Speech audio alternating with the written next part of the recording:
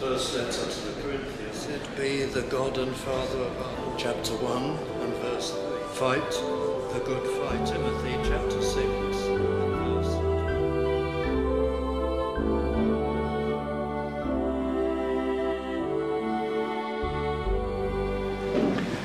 I'm turning now to the book of Genesis chapter 2 and verse 1.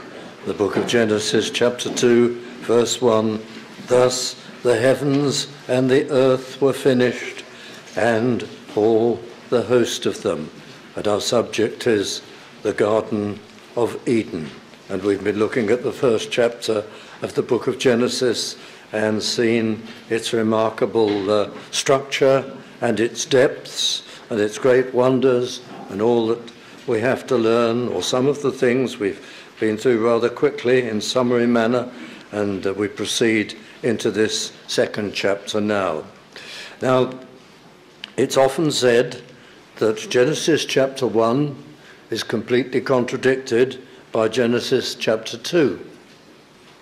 Right at the very beginning of the Bible, the alleged discrepancies begin to be claimed. And this is very common, I suppose, among the first people to cast serious doubt on the consistent record of Genesis 1 and 2 were theologians, that is to say, unbelieving, liberal theologians who produced different theories to the effect that Genesis 1 had one author and Genesis 2 had quite a different author, and so on, and that they were conflicting accounts. But there's no conflict between Genesis 1 and Genesis 2. Also, there are many popular attacks on the book of Genesis, beginning in these very foundational chapters, to cast doubt on the Bible. And generally run along these lines. There is one order of creation in chapter 1 and quite a different order of creation in chapter 2. And you'll find all these kind of things manage to find their way to the top of the search engines, and if people were to Google Genesis or Adam and Eve or anything like that, among the first things they would be referred to are various articles just expressing these ideas, that this is a complete mass of contradiction. First and second chapters of Genesis. More often than not written by people who don't seem to know their Bibles, don't understand what they're reading, have never looked at the narrative carefully, and yet that's one of the iniquities of the internet. If you haven't a clue what you're doing, you can get to the top of the search engine pages quite easily.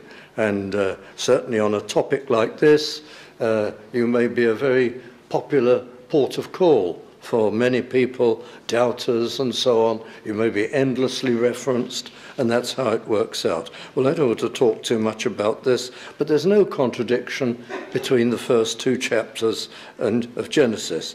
They're by one author, they're presented as such, they're presented as historical, and it's foolish ignorance. When you look closely, and I'm not going to do it tonight, you can do it for yourself, at all these alleged contradictions, it's quite obvious to any reader, whatever their depth of knowledge, that there are no contradictions, that things are being completely misquoted and misused. But we look at chapter 2. Thus the heavens and the earth were finished, and all the host of them. As a matter of fact, I can remember some 50 years ago going through the discrepancies in Genesis 1 and 2 with an older teenage Bible class. And here's a recommendation for you with Bible classes and college classes. It's a great theme, as long as you don't make it too complicated. It's very easy to show. Just another example of how the enemy of souls so easily misleads people. There were two trees in the Garden of Eden, in the midst of the Garden of Eden, the tree of life and the tree of death, the tree of life and the tree of the knowledge of good and evil. And as the old Puritans used to love to point out, the preoccupation of Satan before the fall was to try to persuade our first parents to eat of the tree of the knowledge of good and evil, so that they would surely die.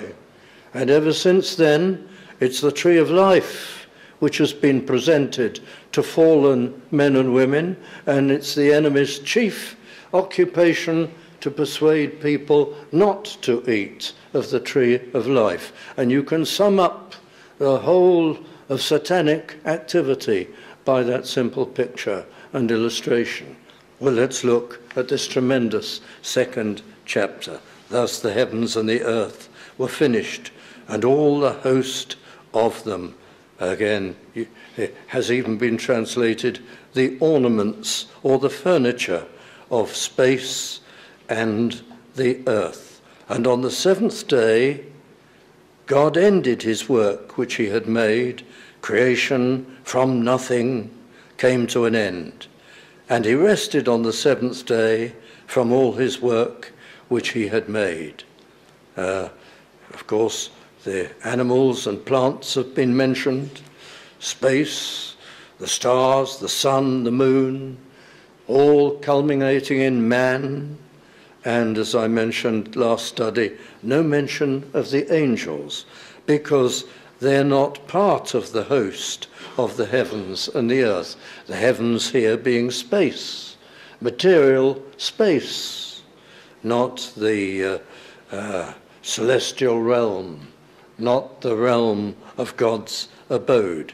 So it's the occupants of the created skies and earth who are altogether mentioned in these passages.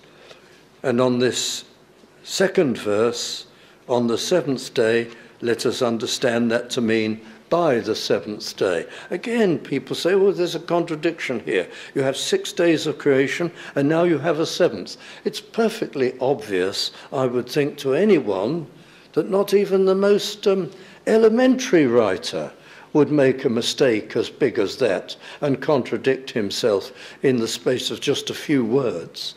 No, we obviously intended to understand that by the seventh day all was done. No contradiction with the previous sentences, that the creation is chronicled in over 6 days, and then God finishes his creative work. He rests, so it is said. God does not need to rest, of course. He's inexhaustible. He's eternal power and energy and action. He continues to work, in a sense, to even sustain the universe and to develop it. But he rests in the sense that he ends his creation from nothing work, and he makes a perfect world. No thorns, no briars. In chapter 3 and verse 18, they are now to be introduced.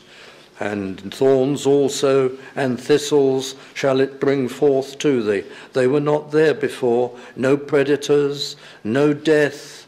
That's clear from verse 17 of chapter 3, rather verse 17 of this second chapter.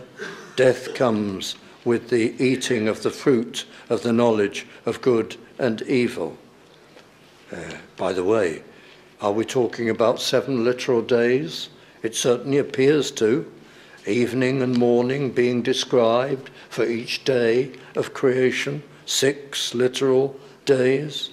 And 7 great New Testament texts. 1 the words of Christ, 6 the words of the Apostle Paul, that refer to the Garden of Eden and creation as though literally accomplished over 6 literal days. So we're in no doubt that if the Bible is its own interpreter, they were 6 24-hour days. But I want to take you immediately down to verse 3 of chapter 2.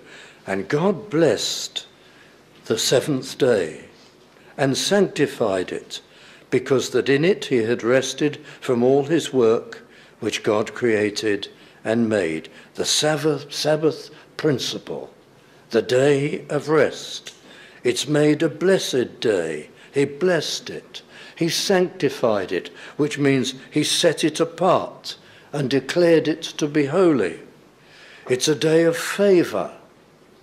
It's a day of privileges. It's clearly a commemoration of creation. On the seventh day, there is inaugurated a special day.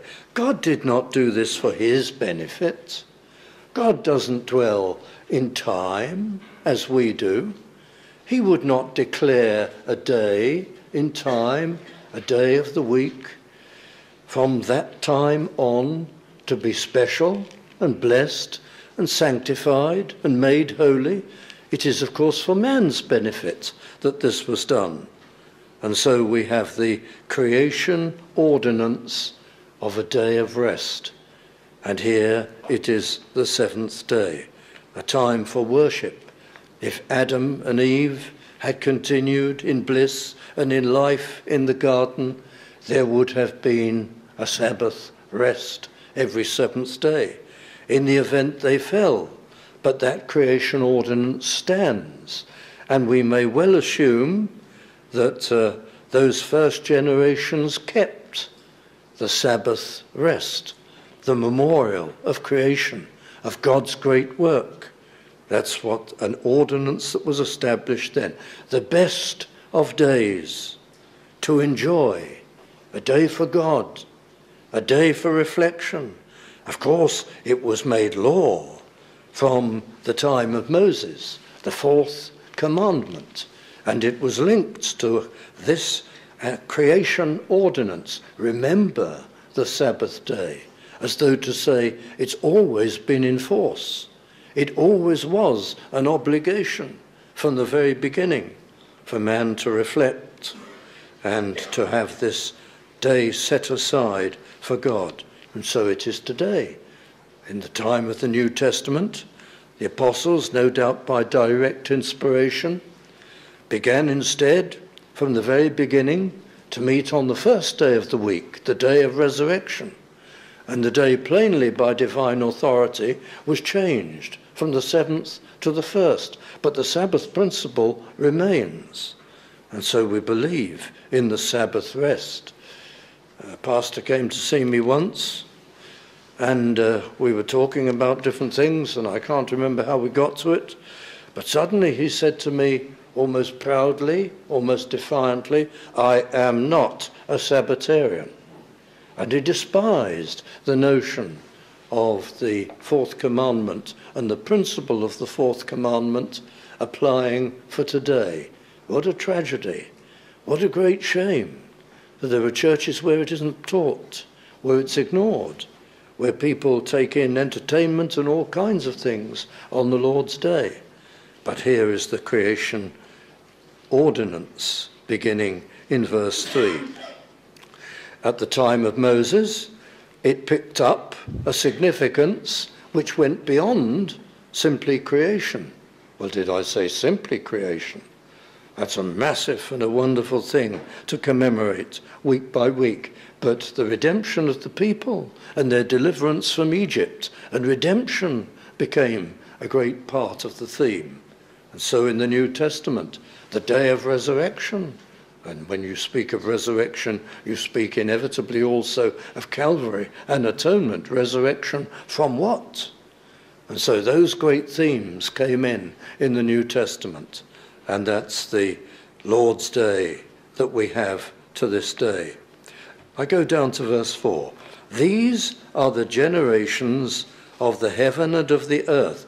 Modern versions tend to lose the word generations, which is a great shame. And they use alternative words. This is the history of, or this is the account of, or things like that. But generations is in the original. It's actually important, because although it doesn't seem readily to fit in this particular verse, there are altogether 10 uses of this in the book of Genesis. I mentioned this last study. These are the divisions of the book of Genesis. These are the generations of the heavens and of the earth. If you look on to chapter 5 and verse 1, this is the book of the generations of Adam. And then the immediate descendants of Adam and Eve are listed and chronicled and so on. And this term is used repeatedly for different stages of the history in the book of Genesis. But it begins, the first time it's used, it's in chapter 2 and verse 4. These are the generations not of Adam, that's going to follow in chapter 5, although some of his descendants are certainly mentioned in chapter 4. But these are the generations not of Adam, but of the heavens and of the earth. What does it mean? Well, it would appear to mean this, that God creates the heavens, space, and the earth, and then God so works that the earth, as though it's a person, the earth brings forth what? The plants, of course, and the animals, and then from the dust of the ground, or as Luther had it in the German, from a lump of earth, Adam. So the earth is seen almost as a parent. Here are the immediate generations who came straight out of earth. Adam and Eve, who came out of Adam. So those two, they're the progeny, if you like. They're the descendants of earth. And so the first section is, here are the generations of the heaven and earth, the first beings. And then in chapter 5, it'll be, here are the generations of Adam. Now, it's interesting to note this, because you can see that from chapter 2 and verse 4, there is another subject. When people say there are contradictions between chapter 1 and chapter 2, they're ignorant of this. That chapter 2 and verse 4 says, now we begin a subsection, a section of its own. We're now going to deal with the children, as it were, of the dust of the earth. The progeny, the children of the created beginning world. And so more information is given about Adam, his home that was provided for him, and so on. And subsequently in chapter 3, his fall. And so inevitably, you're not now dealing with an order of creation. You're dealing with what actually happened to the man, the first man. Well, they don't recognize that, the people who are looking for trouble. They don't understand. The two chapters are dealing with different subjects. One, the order of creation. The other, what happened to the first man. So we look at it in that light. Verse 4 of chapter 2, these are the generations of the heavens and of the earth when they were created in the day, used there in a general sense, you could translate it in the age, that the Lord God made the heavens and the earth and every plant of the field. But look how careful the record is to make it clear to us that this is a general statement, because every plant of the field, let's insert a bracket there, before it was in the earth. It's pointing out that we're really only talking about day 3, as described in the previous chapter. The plants haven't been made, strictly speaking, at the time the earth and the heavens were made. And every herb of the field, it's down here in verse 5, brackets, before it grew. So the chapter is most careful to point out that this is not a rewrite of a different order of creation. It's a general sweeping statement that God made everything, but lest you should misunderstand, because it's going to talk about the mist that came out of the earth. This was actually, strictly speaking, before the plants were made. And so it was. It's tying in with the previous chapter. For the Lord God had not caused it to rain upon the earth, and there was not a man to till the ground. That means to say that man wasn't there yet. He wasn't created until the 6th day. Well, that's very clear and plain and careful. But at that stage, verse 6, there went up a mist. Some people translate it springs. Maybe right. Mist in our version. From the earth, and watered the whole face of the ground. And what we're reminded of from this is that man had no part in the bringing about of plant life in the world. He wasn't there. There wasn't a man to till the ground. And there was no rain. And God watered the earth, and then he produced the plants from the earth, and then after that, We're up to day 6, verse 7.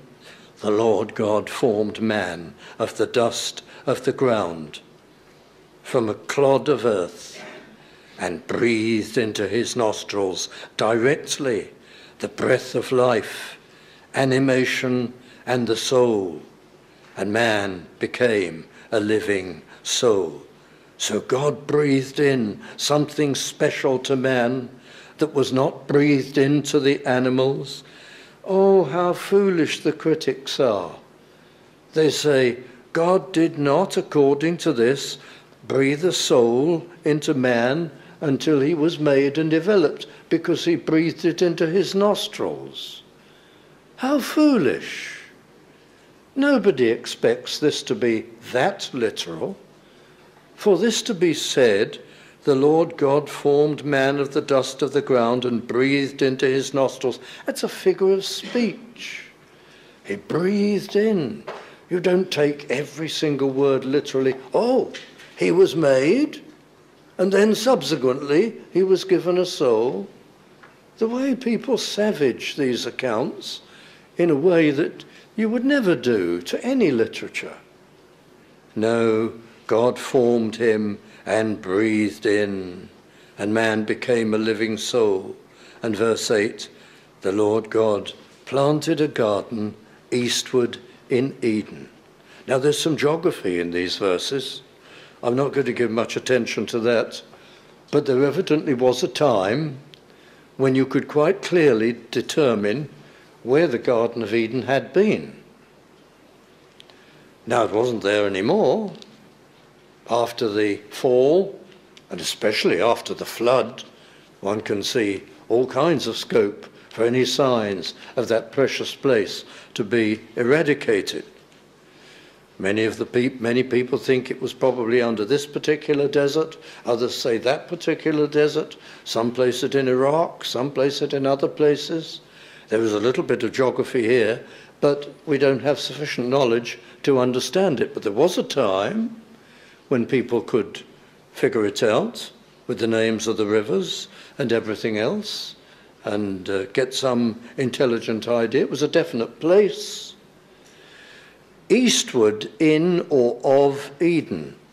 Eden was a region of the newly created earth, and at a particular point to the east of it, the Garden of Eden is planted. There's some beautiful words here. At the end of verse 8, there he put the man whom he had formed.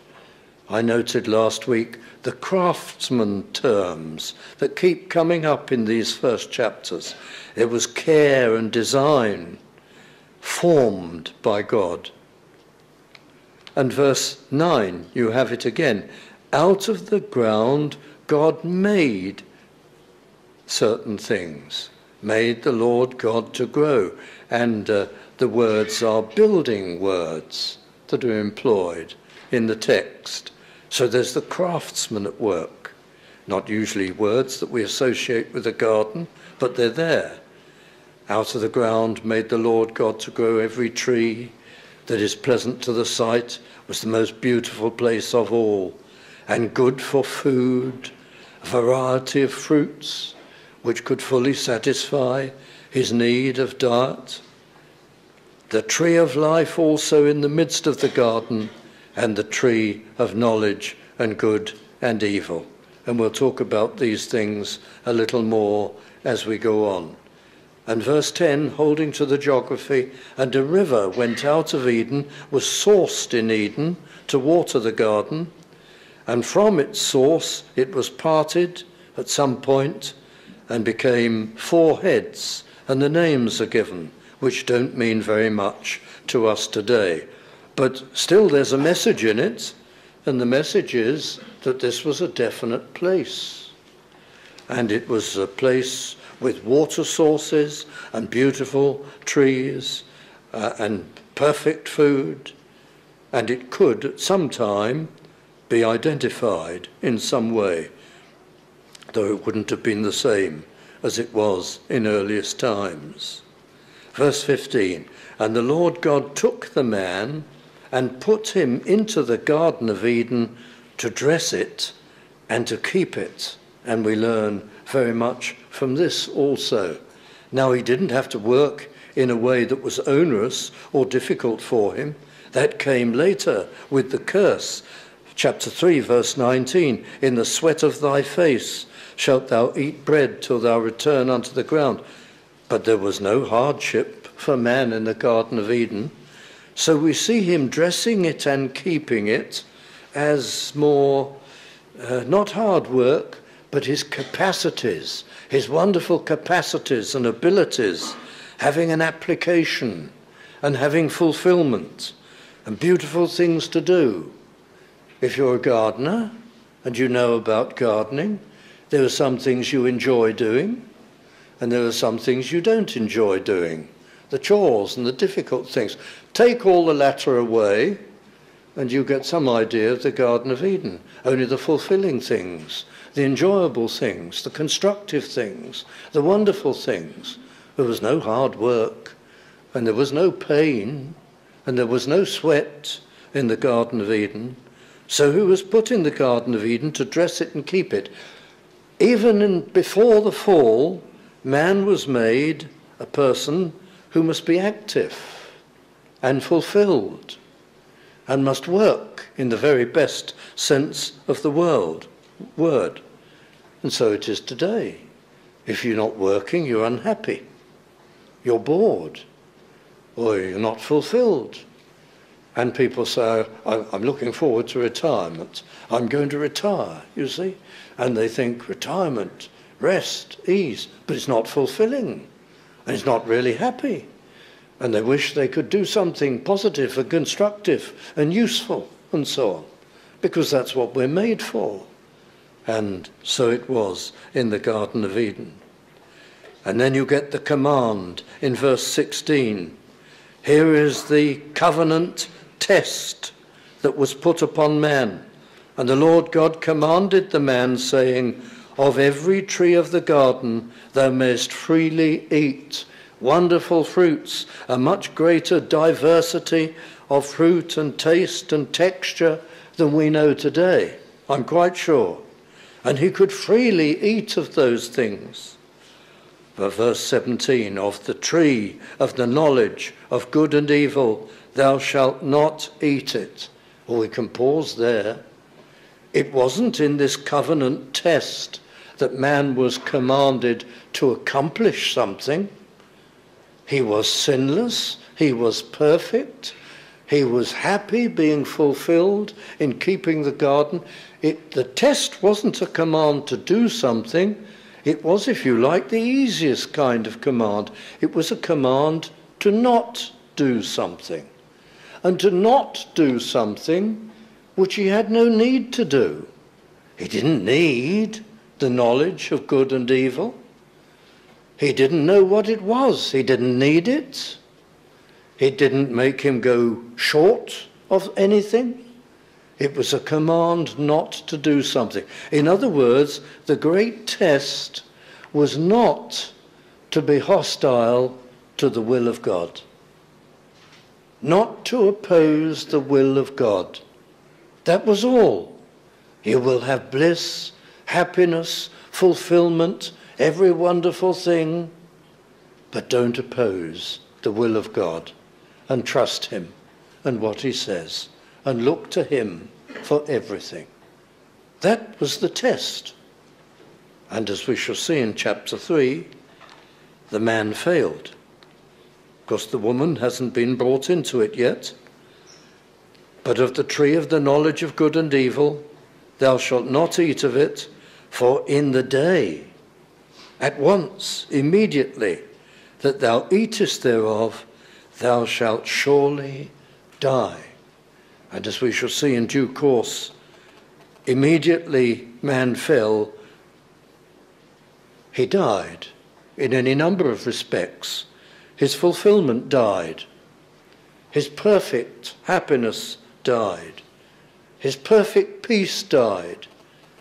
His intimate communion with God died. His status died. His eternal blessedness died. His immortality was recalled by God. and he was at serious risk. And he died physically, not altogether, but he began to die physically. Death came in, and his body began the process of death. He was as good as dead. He died as soon as he fell. And that was the warning. It was a covenant test. But we'll develop the idea of covenant a little more later. And we go to this astonishing 18th verse, because before we go to the fall, we have to bring in the woman. The account is very careful. Verse 18, and the Lord God said, it is not good that the man should be alone. He must have a companion. He is made for companionship. He must have an associate in the work, in that wonderful, positive, enjoyable, immensely fulfilling work of the Garden of Eden. And the Lord God said, it is not good that the man should be alone. I will make him an help meet for him. Why did he need help? Well, for his pleasure and enjoyment and sharing as a social being. So a woman would be brought to Adam. Again, there's no contradiction as it goes on in the order of creation described in chapter 1. Verse 19, out of the ground the Lord God formed every beast of the field and every fowl of the air, and brought them unto Adam to see what he would call them. And whatsoever Adam called every living creature, that was the name thereof. So the animals are brought and they're named. How many animals did Adam name? Well, we're not told. May have been representatives of each species, and may have been an enormous number. But he was brought and they came, and there being no predators at that time, and no claws adapted for evil use, and gaping jaws, and venom, well, they were docile before Adam. And there's a great message in verse 19. Adam was established not only as a zoology student and a most knowledgeable person and the namer of all things. You see, not only does he work to tend enjoyable work in the Garden of Eden, he's a student. He's an inquiring man. Man is made for this. Man is made to be master of creation and to look into things and understand them and explore them and describe them. And Adam begins that great function given to man by naming every living creature, no doubt in very intelligent terms that truly described each beast. Some people see in verse 19 a limitation in beasts because beasts of the field are mentioned, whereas previously they've been called beasts of the earth, as though there was a limitation in the category of animals brought in. Anyway, he names the animals. Verse 20, Adam gave names to all cattle, fowl of the air, every beast of the field. But for Adam there was not found an help meet for him. Now, it's not that this process was an effort to find such a partner for Adam. They mustn't see that implication in the words. It wasn't a conscious search, as though God was searching for a partner for Adam, or Adam himself was searching, or both together. No, the point of verse 20 is that Adam became certainly increasingly conscious that there was all kinds of life and all kinds of animals and some higher animals, and yet he was alone. He had no companion. He wasn't looking for a companion from them. But when you see so much life in front of you, and male and female, created he them, and so on, and I'm alone. And the verse really is giving us a little insight into Adam's sense of loneliness. I shouldn't put it that way, because this was paradise. And it wasn't the kind of sense of loneliness that would make you unhappy. It was a consciousness that he was alone. He wasn't jealous, he wasn't envious, but he was aware that he was alone. And so, in that context, verse 21, you know the account. The Lord God caused a deep sleep to fall upon Adam, and he slept, and he took one of his ribs, literally one of his sides, but everybody agrees, quite right, though it's sides in the Hebrew, to translate it rib here, and closed up the flesh instead thereof, and the rib which the Lord God had taken from man, this is so profound, friends, made he a woman, and brought her unto the man. Why did God do it this way? Adam was brought out of the ground, and God breathed into him a living soul. Eve was brought out of Adam. Why? What is so profound about this? Well, Adam got it straight away. Verse 23, this is now bone of my bones and flesh of my flesh. She shall be called woman because she was taken out of man. He understood it straight away. She's the same as he is. She's identical. She's like him. She's bone of his bones, flesh of his flesh. She's exactly the same. The woman wasn't subordinate in the Garden of Eden. That was after the fall. After the fall, women had their joint authority reduced. After the fall, there was a great difference made. And women, well, her desire was unto her husband, and we'll explain that in due course. But from the beginning, she was a counterpart. She was an helpmeet, and that's literally the Hebrew says she was an opposite. But of course, everybody realizes that's not what's meant. What's meant is not that she was an opposite, but something very close to it. She was his counterpart. The creation of man wasn't actually complete until the woman was formed, made, built is the word in the Hebrew, and together they constituted mankind. Together. She had things he didn't have. She complemented her. She was his helper, meet his counterpart. Actually, from the beginning, his equal, his companion. And to some extent, she still is. And although this is an aside, we think of the fall, and we think of some things, the exercise of authority over men, certainly in spiritual matters in the church, the office of teaching men, she is subordinate. I'm not talking about outside spiritual matters or the church, that's another discussion. But her desire is to please the man. Of course, she can rebel against that, and a woman can be very much against her husband, and very hostile to him, and very critical of him, and want to dominate him. But it isn't what's natural for her. For a woman to sin in that way, she's got to overcome something which is natural for her, to want to consider first her husband and follow him. So it's a double sin, if you like. However, there are some things unchanged. She is still his counterpart.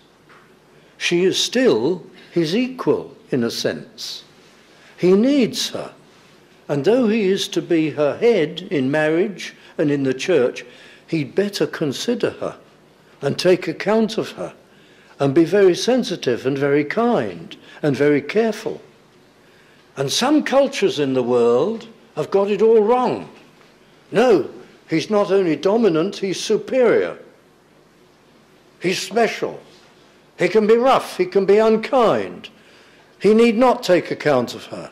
Her feelings and her views are rubbish and inadequate and inferior. Well, that's sinful. She was appointed to be his helper. There are some people say a woman mustn't do anything for the Lord. She should stay at home and she could cook the meals and wash the dishes and bring up the children and do as she's told, and that's what she's to do. But in the beginning, she was Adam's equal, his counterpart, his helper, engaged. And so husbands have a duty and a task. Born-again husbands with hopefully born-again wives, to potentiate them. Do they not have their areas of Christian service, their right to fulfillment and exercise of gifts for the Lord of glory? Of course they do. And there are some Christian people who deny that. And that's a great sin. That's a great wrong. That's a total failure to read even the narrative of the Garden of Eden. So she was his counterpart. Now, we proceed on that basis, and we read again verse 23. And Adam said, "This is now bone of my bones and flesh of my flesh. I've got to look after her." Of course, he didn't have to look after her. No looking after was necessary in the Garden of Eden. It was just blessing and blessedness. However, he might well have said, "I've got to look after her as though she is my very own arms, legs, ribs, and body parts. She's bone of my bones and flesh of my flesh. We are together an equal and one flesh before the Lord, because she was taken out of man." Verse 24, "Therefore shall a man leave his father and his mother." Who's saying this? Adam's words must finish at the end of verse 23. Unless he's functioning as a prophet, he can't really say verse 24, because fathers and mothers haven't happened yet, let alone leaving of fathers and mothers. This is Moses. These are the inspired words of Moses. An application is inserted into the narrative. "Therefore, says Moses, shall a man leave his father and his mother, and shall cleave unto his wife, and they shall be one flesh," of understanding and sharing, and so on. And of course, Moses, writing after the fall, is directing that we should never behave as though the bond between parent and child is greater than the bond between husband and wife. Yet some do. Some parents, or fathers, or mothers, one of the two, they try to intrude on, into, and dominate the marital union of their children. And the direction of Moses and the inspired conclusion from all that's said is this: no, when God brings together a man and a woman, that relationship is more important than the duty between parents and children. A new union, a new unit has been created by God as people come together, and parents back off and don't interfere. They give advice, of course, will be politely listened to and honoured, but there's now a new relationship, and that's there in verse 24. Why, again, there were some cultures, and it used to be like this in England years ago. We see it in the books, where the family council can be summoned and imposed upon the married child and his wife or husband. No, that's quite wrong, biblically. It's quite outrageous. Shouldn't be. And then verse 25. "And they were both naked, the man and his wife, and were not ashamed." There was no shame because there was no sin. Shame came with the fall. Shame came with sin and the curse. Shame, it has been said, well, it was consciousness of exposure to lust. And even a man and a wife would find it delicate to be exposed, even to each other. They have to accommodate to that. Because there's shame. It's probably a department of conscience. In fallen human beings, God has put a conscience, a kind of indwelling magistrate, to warn us and to accuse us and to clear us. And we try to overcome it and wrestle it to the ground and bludgeon it and silence it. But part of conscience is shame. And shame must be heeded. Shame is part of the conscience operating. Shamelessness is coarseness. Shamelessness is man saying that lust is right and I'm entitled to it. Shame is abandon and rebellion. Shame, it's a precious thing. I am capable of being ashamed. You are capable of being ashamed. And shame particularly attaches to undress. And it's a protection. It's a warning. It's a part of conscience. A warning against lust. So we respect it. And as Christians particularly, don't follow the abandon of the world. Well, there's nothing wrong in overexposing garments and so on. Get rid of shame. No, no. That embarrassment, that shame is a gift of God to a fallen race, and it must be honoured and watched and observed. So we have in chapter 2 the completion of creation, the Sabbath principle, man's course, his purpose, his work, his burden elaborated.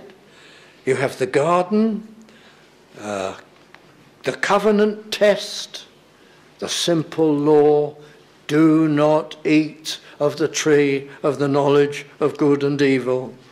You have the woman equal to the man, the institution of marriage, all these foundational things taking place in a mansion, the most marvelous mansion ever built, the Garden of Eden, the home of Adam and of Eve. Foundational matters, and we go on to deal with the fall and so on in due time.